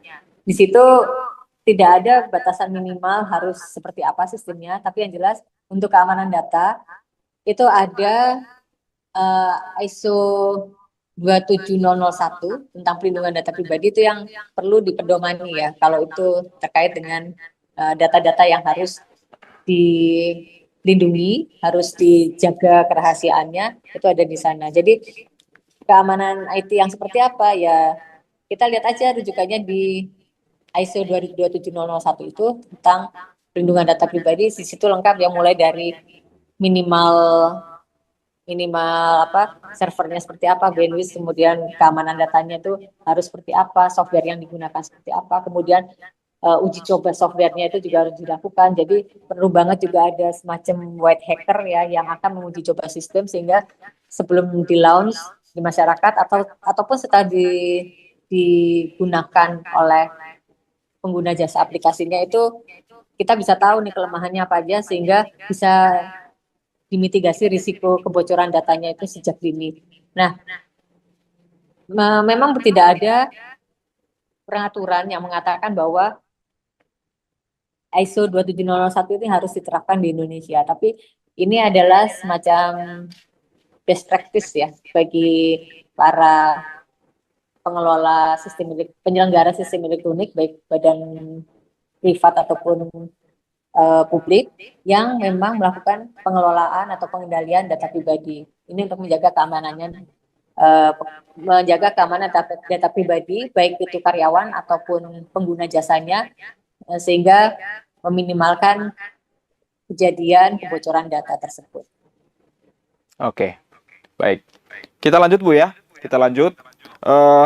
Dari Kesra Setda Kota Bandung, izin bertanya Ibu, apakah sudah dibentuk dan diaktifkan lembaga pengawas PDP dengan struktur KPI, Key Performance Indicator, mekanisme aduan, dan unit audit atau penegakan?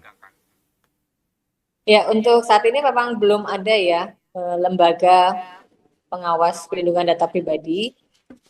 Saat ini fungsinya itu masih melekat di Kementerian Komunikasi dan Digital. Sehingga untuk masalah kode etik, tata kelola perlindungan data pribadi, kemudian bagaimana tindakan pembinaan, pengawasan, dan juga penindakan, itu masih belum bisa dioptimalkan melalui undang-undang PDP itu. Oke, baik. Kita masih bacakan dari kolom chat, Bu. Ini dari Bapak Zailani. Apa yang harus dilakukan kalau data seseorang bisa diakses oleh orang lain, Ibu?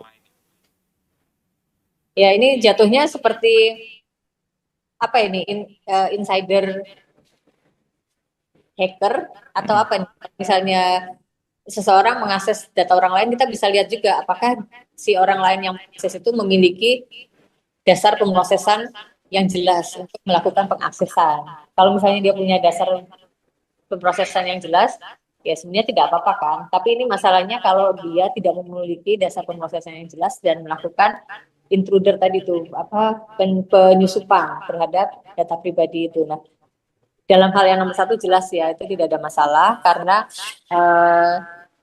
ketika orang punya dasar pemrosesan yang jelas ya silakan aja diproses, karena ketika seseorang sudah menyerahkan datanya, bukan menyerahkan artinya orang mengambil data kita menjadi dimiliki ya, bukan seperti itu, tapi kita menyerahkan data untuk dipergunakan sebagai tujuannya, misalnya untuk data bantuan sosial ya, kita menyerahkan data kita, tanggal lahir, kemudian riwayat gaji, riwayat pendidikan, itu kita serahkan kepada petugas dan akan diolah, itu tentu bisa diakses oleh orang-orang yang berkepentingan.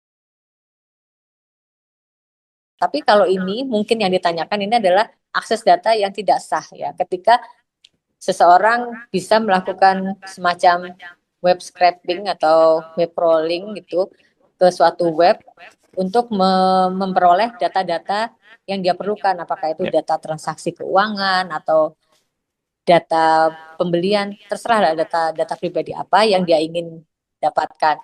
Nah, dalam hal seperti ini, kita perlu paham juga bagaimana tata kelola yang ada di pengelola layanan website itu. Penyelenggara sistem elektroniknya itu seperti apa. Kita bisa semacam apa ya, melakukan gugatan ya, atau mungkin kita mengingatkan ya, seperti ini mungkin bisa dicontohkan juga kejadian yang terjadi saat kebocoran ini mungkin arahnya ke kebocoran data ya, kebocoran data yang melibatkan banyak data-data pengguna aplikasi atau web itu yang jatuh ke orang lain dan disebarluaskan untuk kepentingan yang tidak mereka inginkan. Misalnya nomor telepon kita nanti akhirnya dijadikan sasaran penawaran kredit, atau malah dijadikan hal-hal lain yang arahnya jadi korban kejahatan lain. Nah, dalam hal seperti ini, si korban ini dapat melakukan laporan sekarang masih di Komdigi ya, ada web dan form yang bisa diisi, dan dalam waktu 3 kali 24 jam itu website yang bersangkutan harus melakukan tanggapan. Itu mekanismenya ada di PP tentang penyelenggaraan sistem dan transaksi elektronik. Jadi bisa dibaca di situ ya bagaimana mekanismenya untuk mulai dari pelaporan sampai dengan 3 hari ke depan itu si pelapor akan menunggu jawaban atau tindakan dari pengelola dari penyelenggara sistem elektronik tersebut. Oke, baik. Apakah di layar atau di ruang Zoom masih ada Bapak atau Ibu yang mengacungkan tangan untuk bertanya? Silakan langsung dibuka audionya dan videonya. Kami persilakan jika ada. Halo. Oke, baik Bapak, silakan. Oke, Anggoro dari BPS Provinsi Lampung, Pak. Izin bertanya kepada Oke, baik. Ibu Neni, ini jauh nih dari Lampung. Salam kenal Bu Neni. Ada 2 pertanyaan. Yang pertama, kalau kita melihat GDPR di artikel 2, kita melihat di Uni Eropa itu dasar hukumnya terkait dengan kerugian, ada kompensasi dan menuntut ganti rugi kan gitu.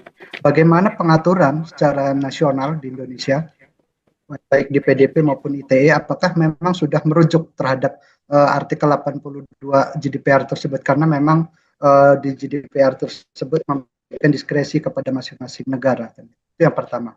Yang kedua terkait dengan pelindungan hak penghapusan informasi, like to be forgotten, apakah memang sudah diatur atau diadopsi oleh Undang-Undang PDP? Mungkin itu. Terima kasih. Oke, baik. Boleh langsung ditanggapi nih Bu. Ya, terima kasih Bapak Anggoro. Salam kenal kembali ya Pak ya. Pertama tentang hak atas ganti rugi. Hak untuk menggugat dan menerima ganti rugi ini ada di Undang-Undang PDP, sudah difasilitasi juga oleh negara. Tapi mungkin kita perlu menunggu PP-nya ya untuk melihat implementasinya seperti apa sih, bagaimana ganti rugi seperti apa yang bisa diberikan, kemudian bagaimana cara menghitung ganti kerugiannya itu, karena kita sulit juga ya menentukan ganti rugi terutama untuk yang material. Kalau ganti rugi material terserah kita ya mau meminta ganti rugi seberapa banyak pun itu terserah. Tapi kalau ganti rugi yang pasti harus diajukan itu berupa ganti rugi material. Nah, ini mungkin kita harus sabar menunggu PP tentang pelaksanaan Undang-Undang PDP ini jadi ya. Tapi kalaupun misalnya tidak mau mengajukan ganti rugi secara material, hal yang langsung imaterial, ya silakan aja. Sekarang pun juga bisa dilakukan ketika misalnya data pribadi Anda itu tersebar atau istilahnya bocor gitu ya. Anda bisa melakukan tuntutan ganti rugi kepada penyelenggara sistem elektronik yang melakukan kegagalan tersebut. Kemudian tadi right to be forgotten ya, ini di Undang-Undang PDP pun juga sudah diakomodir, yaitu setiap subjek data pribadi memiliki hak untuk bukan dihapus ya, kalau di situ tuh istilahnya tuh untuk dihentikan pemrosesannya. Bahkan kalau menghapus ini kita juga belum firm banget ya, menghapus ini apakah menghapusnya pada tahap hilang dari searching engine dari pencarian saja, atau menghapus secara total dari database. Nah, penjaminannya pun apakah itu sudah dihapus total, kita juga belum tahu ya, karena implementasi dari regulasi Undang-Undang PDP ini masih belum ada, sehingga batasan untuk hak menghapus data pribadi ini juga masih abu-abu ya. Walaupun secara umum, secara general, 2 hak yang Bapak tanyakan itu, apakah itu tentang ganti kerugian ataupun juga tentang hak menghapus, itu sudah diakomodir di Undang-Undang PDP. Kita tunggu aja ya Pak ya untuk regulasi turunannya berupa peraturan pemerintah di pelaksanaan Undang-Undang PDP ini. Moga-moga bisa lebih memperjelas ini yang dimaksud dengan ganti kerugian itu bagaimana cara menghitung kerugian materialnya misalnya. Kemudian untuk penghapusan ini apakah hanya sistemnya PSE itu saja atau di seluruh database elektronik yang ada sampai di cloud dimanapun juga itu sudah langsung terhapus atau seperti apa. Nah, itu kita tunggu aja ya Pak ya. Terima kasih. Baik, terima kasih Bu Neni, terima kasih Pak Anggoro untuk pertanyaannya. Ini sepertinya ada pertanyaan yang dari kolom komentar juga Bu, itu masih berkaitan dengan yang pertanyaan dari Pak Anggoro, masih ada korelasinya. Ini bagian dari bagian kerjasama. Untuk kerjasama pemanfaatan data pribadi, kami selama ini mengacu pada Permendagri nomor 22 tahun 2020 dengan tetap memperhatikan regulasi lainnya. Pertanyaannya, apakah dalam Undang-Undang PDP ini ada format khusus perjanjian kerjasama yang mengakomodasi konsep data controller dan data processor? Silakan Ibu. Iya, terima kasih. Saya kurang paham ya Permendagri nomor 22 tahun 2020 ini tentang apa. Kalau nggak salah sih tentang kerjasama daerah mungkin ya. Ya. Pokoknya yang terkait dengan kerjasama itu. Nah, kemudian untuk di Undang-Undang PDP sendiri, format kerjasamanya itu tidak disebutkan seperti apa ya. Jadi sebetulnya kan bebas ya. Kerjasama itu merupakan kesepakatan dari para pihak. Yang penting itu ada para pihaknya apa, kemudian yang diperjanjikan apa, dan klausul halal ya. Tadi itu syarat sahnya perjanjian. Jadi ruang lingkup pekerjaannya itu apa saja, dan juga bagaimana cara melaksanakan ruang lingkup itu. Itu sih dua hal tersebut yang wajib harus ada dalam suatu perjanjian. Tapi misalnya pun ada klausula-klausula lain yang harus ada, itu tidak menjadi suatu keharusan dilaksanakan ya, karena memang tidak ada template atau format yang harus diacu. Jadi ini bebas aja kepada Bapak Ibu Badan Hukum Publik ataupun private yang akan menyusun suatu perjanjian, itu boleh mengacu ke perjanjian pada umumnya ya. Jadi pasal per pasal atau poin per poin. Yang jelas ruang lingkupnya itu ada dan bagaimana cara melaksanakannya tertuang semua. Kemudian dijelaskan hak dan kewajiban para pihaknya.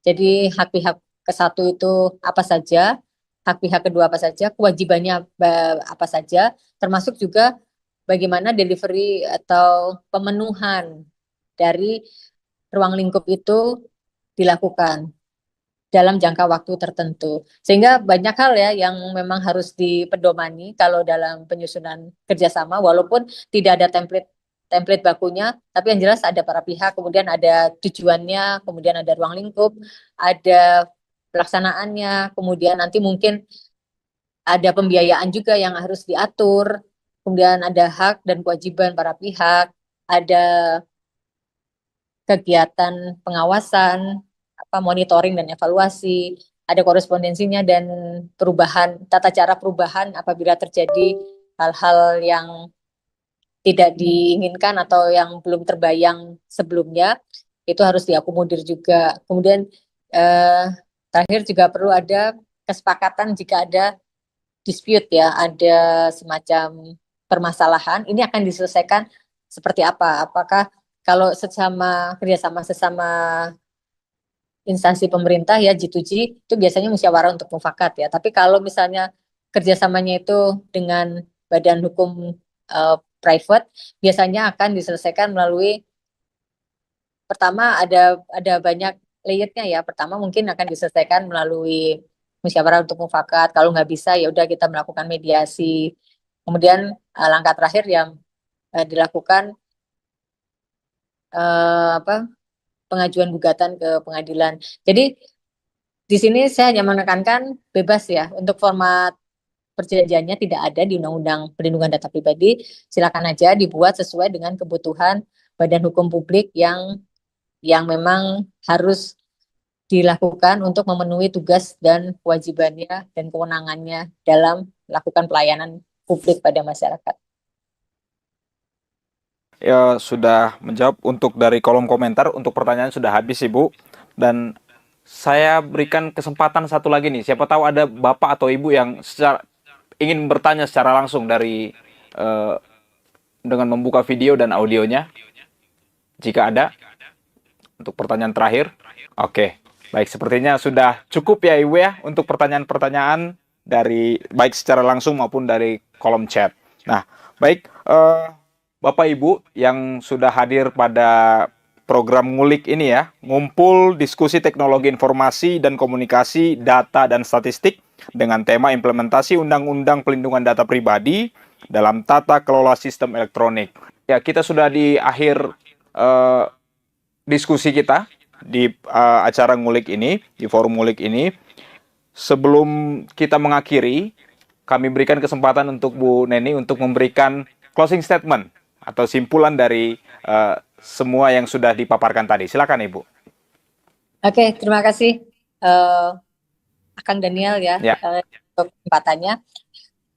Terima kasih atas kesempatan yang sudah diberikan kepada saya dari Dinas Kominfo Kota Bandung untuk bisa sharing knowledge bersama masyarakat Kota Bandung pada umumnya untuk implementasi Undang-Undang Perlindungan Data Pribadi dalam tata kelola sistem elektronik. Semoga yang tadi sudah saya sampaikan dan sudah kita diskusikan bersama ini dapat menambah literasi digital bagi Bapak Ibu sekalian dalam pelaksanaan Undang-Undang PDP-nya. Kemudian untuk closing statement, saya ulangi lagi di slide terakhir saya tadi, the more you keep personal data, it means the more responsibility you have. Jadi semakin banyak data pribadi yang Bapak Ibu kelola, itu jangan lupa bahwa ada kewajiban pengendali data yang harus dilakukan. Sehingga penting sekali menyusun semacam manual atau tata kelola pengelolaan data pribadi, pemrosesan data pribadi ya, sehingga ini menjadi landasan hukum bagi para pengguna untuk mengetahui hak dan kewajiban ketika sudah menyerahkan data yang dibutuhkan oleh semacam jasa atau layanan aplikasi Bapak Ibu, sehingga tidak terjadi kebocoran data. Nah, manual ini sebaiknya dituangkan dalam suatu apakah itu SOP atau regulasi yang cukup mengikat ya, sehingga dalam pelaksanaannya bisa menjadi pedoman yang implementatif dan bisa dilihat oleh masyarakat. Ini juga sebagai akuntabilitas penyelenggara sistem ekonomi elektronik, sehingga nantinya tidak terjadi misalnya semacam kebocoran data atau hal-hal lain yang tidak diinginkan.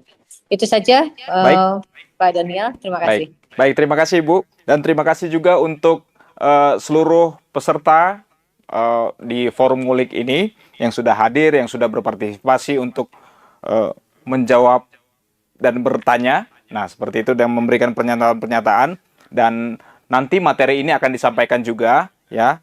Dan kemudian jangan lupa kita ada kuis di dalam melalui Google Form yang akan 10 orang yang mengisi, yang sebagai pemenangnya akan mendapatkan free e-paper dari Tribun Jabar selama 3 bulan. Dan terima kasih juga kepada Bapak Wali Kota Bandung, Bapak Farhan yang sudah hadir tadi, sudah membuka dan memberikan sambutan. Terima kasih juga kepada Bapak Susanto sebagai Komisi 1 DPRD Kota Bandung, dan juga yang secara spesial juga kepada Bapak Kadis Kominfo, Pak Yayan ya. Mungkin masih ada bersama dengan kita juga. Terima kasih untuk semuanya, dan terima kasih juga untuk Ibu Neni yang sudah memaparkan materinya pada program ngulik yang bertemakan implementasi Undang-Undang Pelindungan Data Pribadi dalam tata kelola sistem elektronik. Terima kasih, saya Daniel Damanik, sampai jumpa.